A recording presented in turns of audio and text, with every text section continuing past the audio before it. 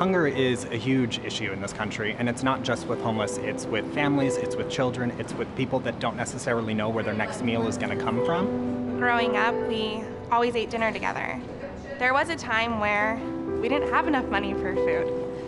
And knowing that there's programs out there that helps people, it's great, because I saw the heartbreak in my parents. Nobody should go to bed hungry or start the day hungry. It's not okay.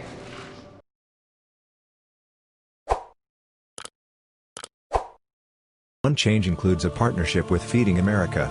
At the end of each day, Starbucks donates 100% of its remaining food to donate to local food banks.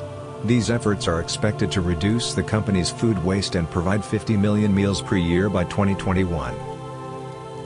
Starbucks Corporation is an American multinational chain of coffeehouses and roastery reserves headquartered in Seattle, Washington, the world's largest coffeehouse chain. Coffee connoisseurs were rare in the United States at the time, and espresso was rarely found outside Italian restaurants. Many critics are not big fans of Starbucks over roasted beans, but the coffee is good enough for most people. The primary aim of Starbucks is for a third place. City planners speak of a third place, which is neither a home nor a job, but a neutral public space where people can meet on equal terms.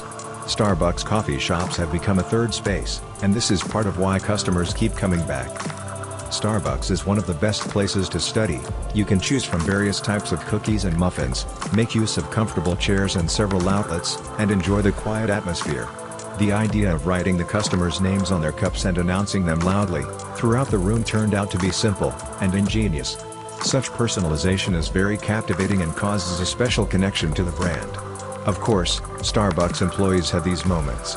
3 of the cup sizes have Italian names. This tradition began because Starbucks founder Howard Schultz was captivated by Italian coffee bars and wanted to instill a sense of belonging, of exclusivity. He wanted the Starbucks experience to be just as exclusive as the Disney experience. In addition to a variety of coffee drinks and food, Starbucks' atmosphere is very comfortable.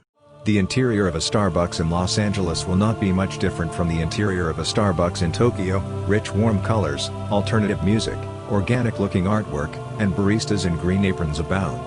Everything in Starbucks' interior, from the warm scent to the simple sofas, promotes comfort and familiarity.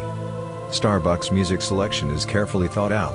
Entering the coffee shop, you will hear pleasant, unobtrusive music. At that moment, this same song is playing in all of Starbucks shops. You can even buy a CD of the music and listen to it at home. Starbucks spokeswoman Lisa Pass told the Wall Street Journal how they came up with this figure. If you take all of our main drinks, multiply them by modifiers and settings, you will get more than 87,000 combinations. These storehouse round tables make you feel comfortable and make you buy more. If you are alone, you don't feel alone as you enjoy your cup of coffee.